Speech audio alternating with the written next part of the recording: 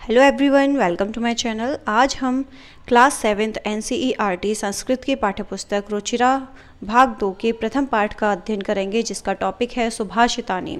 सुभाषितानी जो है बच्चों, ये जो शब्द है ये दो शब्दों से मिलकर बना है, सु और भाषितानी। सु का मतलब होता है सुंदर या अच्छा, और भाषितान का मतलब होता है वचन, यानी कि सुंदर वचन। तो ये जो आपका पाठ है इसमें आपको श्लोक दिए गए हैं। टोटल 6 श्लोक इसमें हैं, जिसमें हम श्लोक वाइज श्लोक सबका अनुवाद करते हुए चलेंगे। इससे क्या होगा, आपको समझने में बहुत आसानी रहेगी। जब आपको संस्कृत भी इंग्लिश की तरह ही है, अगर आपको जो वर्ड दिया गया है उसका आपको मीनिंग पता है तो आपको समझने में बहुत ही आसानी रहती है। तो शुरू करते हैं। फर्स्ट जो आपका श्लोक है उसे पढ़ते हैं। पृथिव्यां त्रीणि रत्नानि जलमन्नं सुभाषितं मूढेः पाषाणखण्डेषु रत्नसंज्ञा विधीयते। ये जो हमारे श्लोक होते हैं हमें इनका गायन वादन करना होता है और उसके साथ ही हम इनका अर्थ करते हुए जाएंगे। तो पृथिव्याम का मतलब है धरती पर, यानी कि पृथ्वी पर। त्रीणी मतलब 3, रत्नानि मतलब रत्न हैं।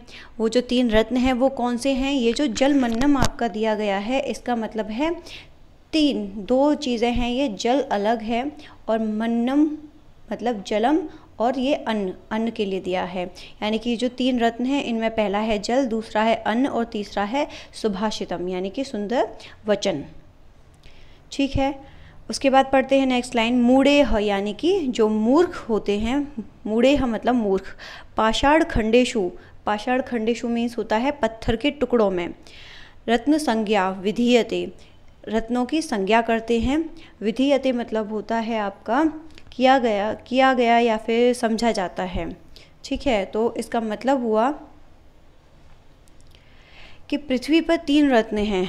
कौन कौन से हैं? जल, अन्न और सुंदर वचन। सुभाषितम मतलब सुंदर वचन, लेकिन मूढ़ेह मतलब मूर्ख लोगों के द्वारा पत्थर के कुछ टुकड़ों को, यानी कि पत्थर के कुछ जो टुकड़े हैं वो टुकड़े जैसे आपके जो ये हीरा पन्ना जवाहरात जो होते हैं उसके लिए यहाँ पे संबोधित किया गया है पाषाण खंडेषु, यानी कि पत्थर के टुकड़ों को। रत्न संज्ञा विधीयते, उनको रत्नों की संज्ञा दी गई है।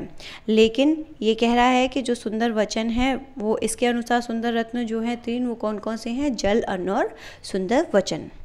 नेक्स्ट श्लोक में देखते हैं क्या दिया गया है। सत्येन धार्यते पृथ्वी सत्येन तपते रविः सत्येन वाति वायुश्च सर्वं सत्य प्रतिष्ठितम्। इसमें आपको मतलब ये जो श्लोक है इसमें सत्य के बारे में आपको दिया गया है कि सत्य से क्या क्या होता है। जैसे कि सत्येन धार्यते पृथ्वी, यानी कि जो पृथ्वी है वो क्या करती है? सत्य को धारण करती है। पृथ्वी के द्वारा सत्य को धारण किया जाता है। दूसरा आपका दिया गया है सत्येन तपते रवि, यानी कि जो रवि कौन होता है? रवि हम सूर्य को भी बोलते हैं कि जो सूर्य है वो किससे तपता है? वो भी सत्य से ही तपता है।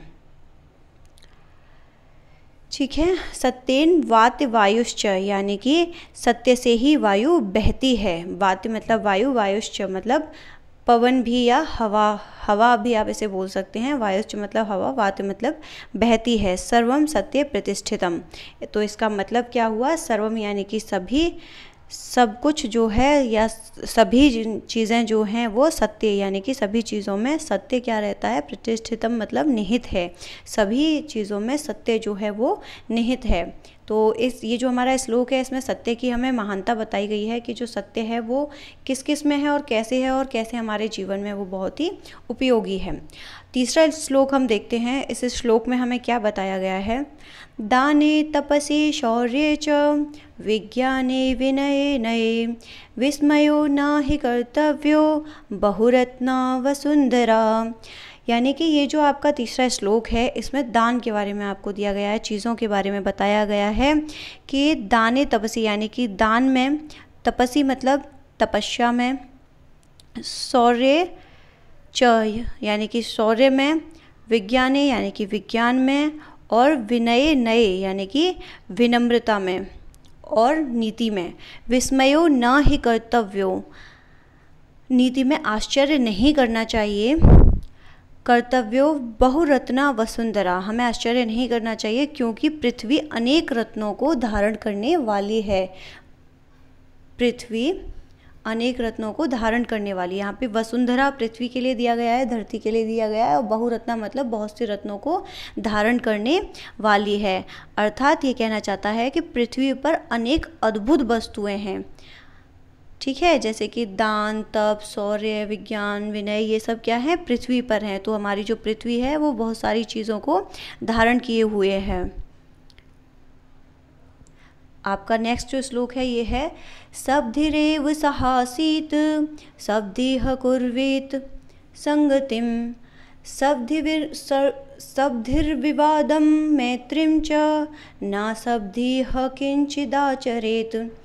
इसमें आपका कह रहा है, ये जो श्लोक है ये आपसे कहना चाहता है सब्धिरेव मीन्स आपका होता है सज्जनों के साथ ही, यानी कि हमें क्या करना चाहिए, हमें सज्जनों के साथ ही बैठना चाहिए। सहासीत मतलब बैठना चाहिए। सब्धिह कुर्वीत संगतिम, और हमें सज्जनों की ही संगति करनी चाहिए, यानी कि उन्हीं के साथ रहना भी चाहिए, उन्हीं की संगति करनी चाहिए।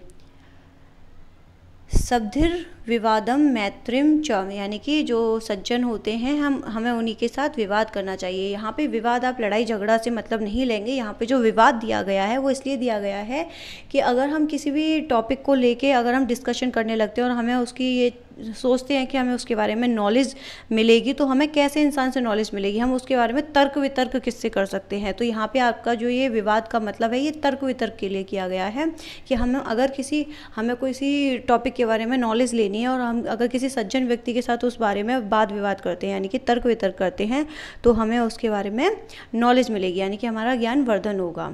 लेकिन अगर हम किसी मतलब जो दुर्जन है, जिसमें जो सज्जन व्यक्ति नहीं है, उसके साथ अगर हम विवाद करेंगे तो वहाँ पे लड़ाई झगड़ा ही होगा और हमारे हाथ कुछ भी नहीं लगेगा, ठीक है। तो ये कह रहा है च ना सब्धिह मतलब दुर्जन के लिए दिया गया है, जो सज्जन पुरुष नहीं है। किंचिदाचरित मतलब हमें उनके साथ नहीं बैठना चाहिए, उनके साथ नहीं रहना चाहिए, उनकी हमें संगति नहीं करनी चाहिए।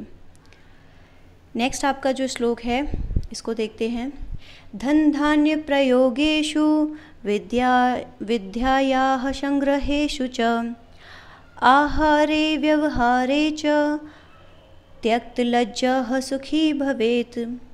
अब ये कह रहा है कि धन धान्य प्रयोगेषु, यानी कि धन धान्य के प्रयोग में, विद्यायाः और विद्या के प्रयोग में, संग्रहेषु च, ठीक है, यानी कि संग्रहों में या संचय करने में, आहारे व्यवहारे भोजन करने में और व्यवहार करने में, त्यक्त लज्जः जो व्यक्ति लज्जा नहीं करता है, सुखी भवेत वह व्यक्ति कैसा है, वह सुखी है।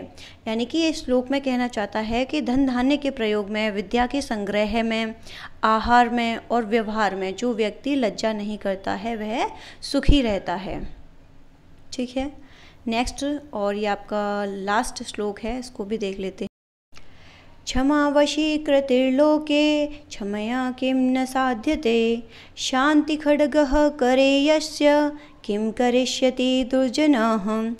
इस श्लोक में ये कह रहा है क्षमा वशीकृतिर्लोके, यानी कि इसका मतलब है संसार में क्षमा वशीकरण है, यानी कि क्षमा वशीकृतिर्लोके, लोके मतलब संसार में, क्षमा मतलब माफ़ करना और वशीकृति मतलब वशीकरण है। इस संसार में क्षमा जो है वो सबसे बड़ा वशीकरण है। क्षमा से क्या नहीं साधा जा सकता है, क्षमया किम न साध्यते, यानी कि क्षमा से क्या नहीं साधा जा सकता है। शांति खड्गः करे यस्य, अर्थात क्षमा से हर कार्य संभव है। किम करिष्यति दुर्जनः, क्षमा से क्या हो सकता है, शांति, क्षमा जो है वो एक शांति रूपी तलवार है। जो व्यक्ति शांत रहता है दुर्जन उसका क्या कर सकते हैं। यस्य किम करिष्यति दुर्जनः, यानी कि दुर्जन व्यक्ति उसका क्या कर सकता है। तो ये आपका पूरे इसका पाठ का अनुवाद था। उम्मीद करती हूँ आपको बहुत अच्छे से समझ में आया होगा। इसके आप अच्छे से शब्दार्थ देख लीजिएगा, उससे क्या होता है आपको चैप्टर को समझने में आसानी रहती है, आपको बहुत अच्छे से समझ में आता है। तो अगर आपको वीडियो पसंद आया है, आपको अच्छे से समझ में आया है, तो वीडियो को थम्स अप दें, like share and subscribe. Thanks all of you, have a great day.